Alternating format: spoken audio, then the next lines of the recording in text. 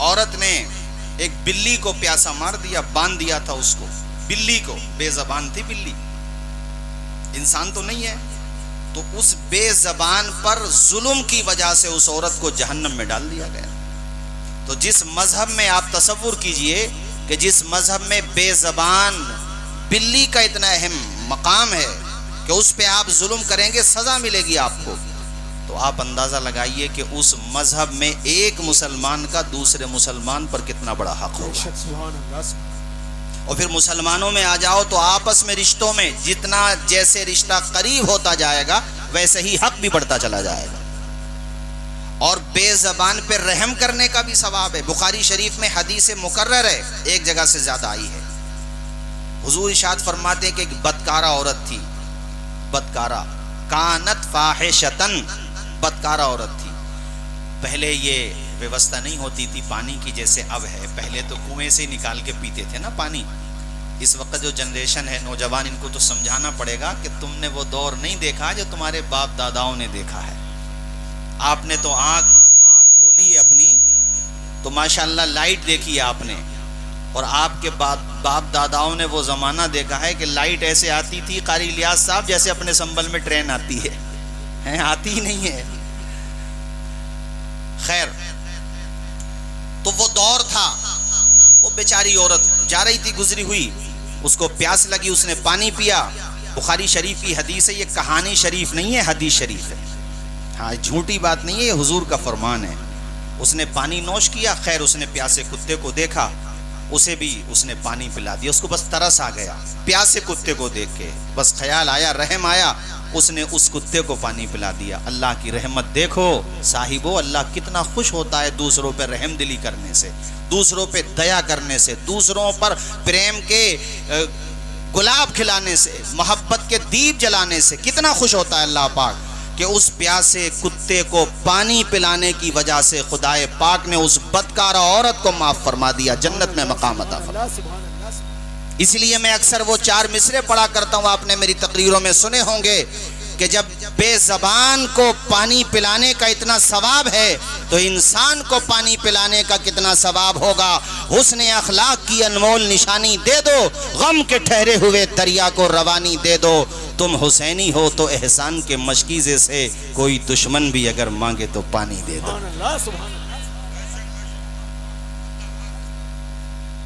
अभी मुझे शायद आप लोगों ने सोशल मीडिया पे देखा होगा, हमारे संबल के ऑनरेबल डीएम साहब ने, राजेंद्र पेंसिया जी, और हमारे एसपी साहब ने, के बिश्नोई जी ने एक प्रोग्राम में मुझे बुलाया। मुझसे कहा कि हज़रत हम ये चाहते हैं कि आप बताइए इस्लाम औरतों के बारे में क्या कहता है। तो मैंने उस अवसर पे भी ये बात बताई थी।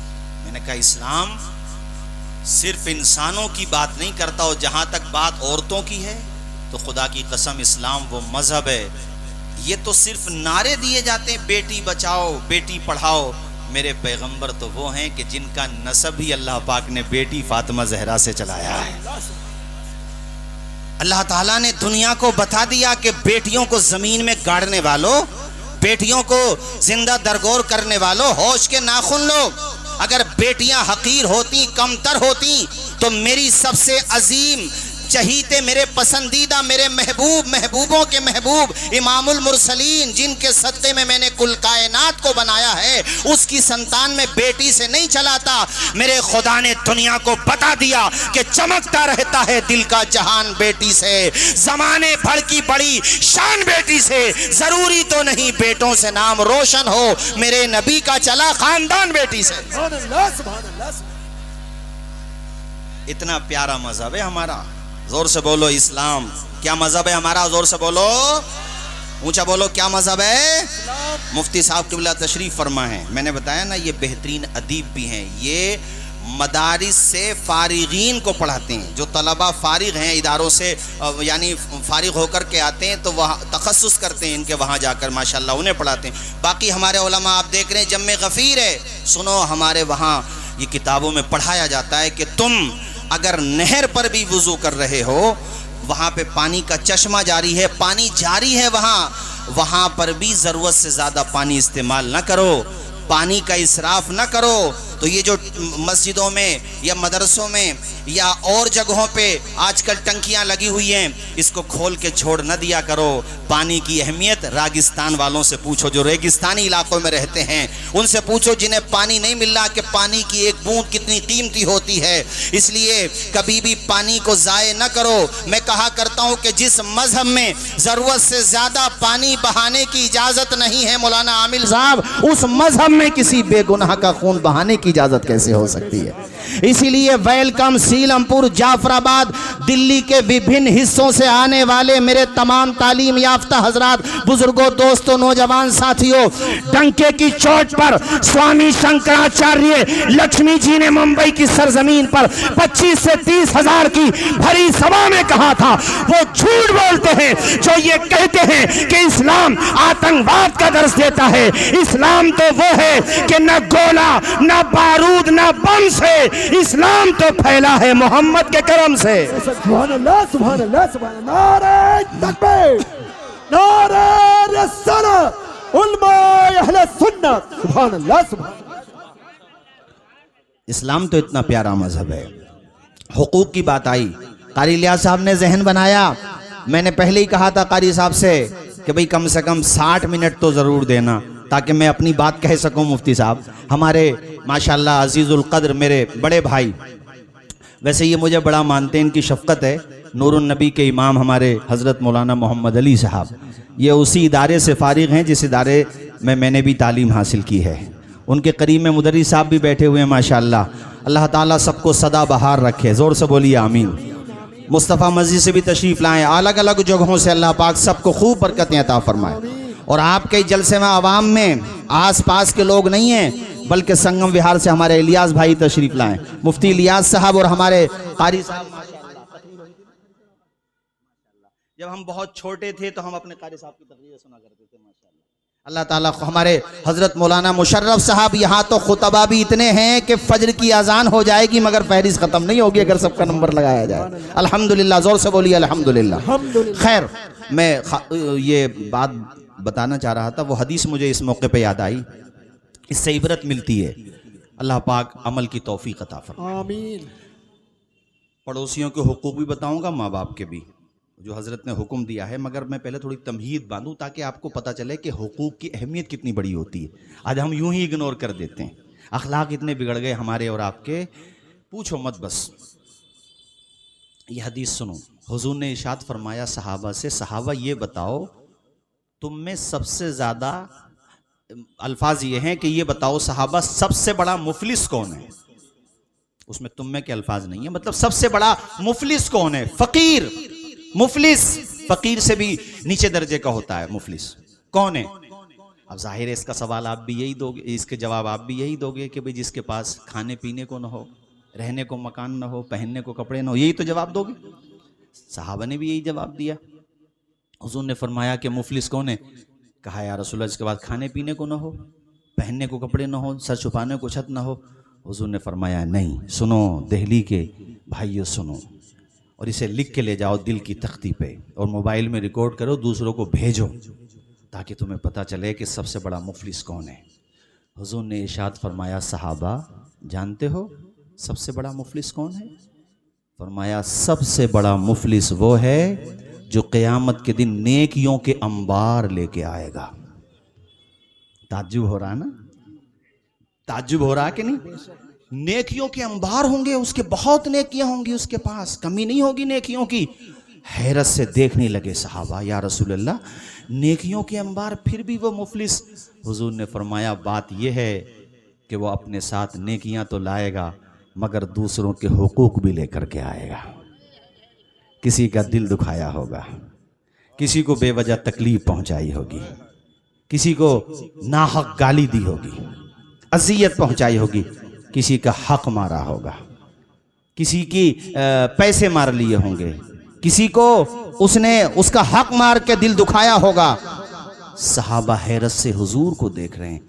हुजूर ने फरमाया तो वो जितने भी साहिबाने हुकूक हैं ना, जिनके दुनिया में उसने हुकूक मारे, जिसको उसने दुनिया में तकलीफ पहुंचाई, कहने लगे हुजूर सहाबा वो सब अल्लाह की बारगाह में अपना मुकद्दमा पेश करेंगे। तसव्वुर करो, सोचो इसलिए मैं कहा करता हूं मजलूम बन के रह लो, जालिम न बनो। दब जाओ, दबाओ मत। किसी की जमीन पे तुम डाका न डालो। कोई तुम्हारी जमीन पे डाल रहा, कोई बात नहीं है, वहां मिलेगा। जैसे एक जुमला बोलते हैं ना, देर है अंधेर नहीं है, समझाने के लिए बोला जाता है सिर्फ, वरना अंधेर वहां, वरना देर भी नहीं है, बस आपको इंतजार नहीं हो रहा है। जिस फसल में टाइम ज्यादा लगता है ना, उसके गुलाब भी उतने ही अच्छे खिलते हैं, याद रखिएगा आप। तो ये मत सोचा करें आप, ये जो आज काली काली बदलियां छा रही हैं, ये छटेंगी नहीं। अरे उससे ज्यादा भयानक दौर तो नमरूद के दौर में देख लिया अहले हक वालों ने, फिरौन के दौर में देख लिया, कारून के दौर में देख लिया। इसलिए एक मिसरा पढ़ा जाता है, ऐसी भी कोई शाम है जिसकी सहर ना हो। तो कभी कभी टाइम लगता है मगर रिजल्ट मिलेगा, भरोसा रखो। हम और आप कमजोर हैं मगर पैदा करने वाला खुदा कमजोर, ऊंचा बोलिए, पैदा करने वाला खुदा कमजोर। तो वो जितने भी अहले हक होंगे, जिनके हुकूक इस पे बनते होंगे, जो नेकियों का अंबार लेकर के आया, वो सब पकड़ लेंगे इसे। और वो जो कहेंगे उसका मतलब ये होगा, वो दुनिया थी जहां खुले नहीं दी थी ज़बां मेरी, ये महशर है यहां सुनना पड़ेगी दास्तां मेरी, यहां सुनना पड़ेगी दास्तां मेरी। बिल्कुल ही उल्टा हो जाएगा मामला। यहां जितने आपको रॉयल नजर आ रहे हैं ना, जितने रॉयल नजर आ रहे हैं आपको, यहाँ जितने आपको एडवांस नजर आ रहे हैं, आपको उन्हें देख देख के ना कभी कभी एहसास कमतरी का शिकार होना पड़ता है। खुदा की कसम बिल्कुल उल्टा होगा मामला, वहां बिल्कुल पलट जाएगा। इल्ला ये कि वो रॉयल, इल्ला ये कि वो अच्छे लोग हों और उस्मान गनी के रास्ते पे चले हों, सुभान अल्लाह, अब्दुर्रहमान इब्ने औफ के रास्ते पे चले हों, वरना तबाही और बर्बादी के अलावा कुछ मिलने वाला। बुर्जे दुबई बनाने वाला, दुबई को कितना बेहतरीन मुल्क बना देने वाला जिस दिन मरा, अब तो एक्स हो गया, पहले ट्विटर कहते थे, एक नंबर पे उसकी कब्र ट्रेंड कर रही थी। और हर लिखने वाला यही कह रहा था कि सोने चांदी के बर्तनों में खाना खाने वाला भी बिलाखिर अपने साथ कफन के 5 ही कपड़े लेके गया। दफन वो भी बरगों के नीचे हो गया, मिट्टी के नीचे हो गया। मैं हज़रत हातिम असम का एक वाक़या पढ़ रहा था, मुझे बड़ी इबरत हुई। अल्लाह करे हमें आपको सबको अमल की तौफीक मिले। उन्होंने अपने मकान में कब्र खोद रखी थी और उसमें चले जाते थे काफ़ी देर। पूछते थे घर वाले ऐसा क्यों करते हैं? कहा जब भी मेरा दिल सख्त होता है और मेरे दिल में कोई मनफी ख्याल आता, फौरन कब्र में चला जाता हूँ और अपने नफ्स से कहता हूँ, बता इसमें रहना है तुझे, अब बता कैसा लग रहा है यहाँ आने के बाद। अभी जिंदा है तब नहीं रुका जा रहा है, तो बाद वफात के बारे में सोच। कहते हैं कब्र में आता हूँ फौरन मेरा जहन सही हो जाता है। अब वो कमजोर लोग, वो दबे कुचले लोग, जिन्हें दुनिया में उनका हक नहीं मिला, जिन्हें सताया गया, दबाया गया, मारा गया, पीटा गया, वो क़यामत के दिन पकड़ लेंगे और वो कहेंगे जो मैंने अभी बताया था, वो दुनिया थी जहां खुलने नहीं दी थी ज़बां मेरी, ये महशर है यहां सुनना पड़ेगी दास्तां मेरी। और मुकदमा किसकी बारगाह में पेश है? अहकमुल हाकिमीन। जोर से बोलो अहकमुल, ऊंचा बोलो अहकमुल। मैं जो बोल रहा हूं वो आप भी बोलिएगा। हाकिम वही है बस, मालिक भी वही है, खालिक भी वही है। ऐलान कर देगा वो क़यामत के दिन, इनिल हुक्मु इल्ला लिल्लाह। और कुरान पाक में ये भी आया, अल्लाह पाक ने एक जगह फरमाया 24वें पारे में, कहाँ है हुक्मरान, आए वो निकल निकल करके।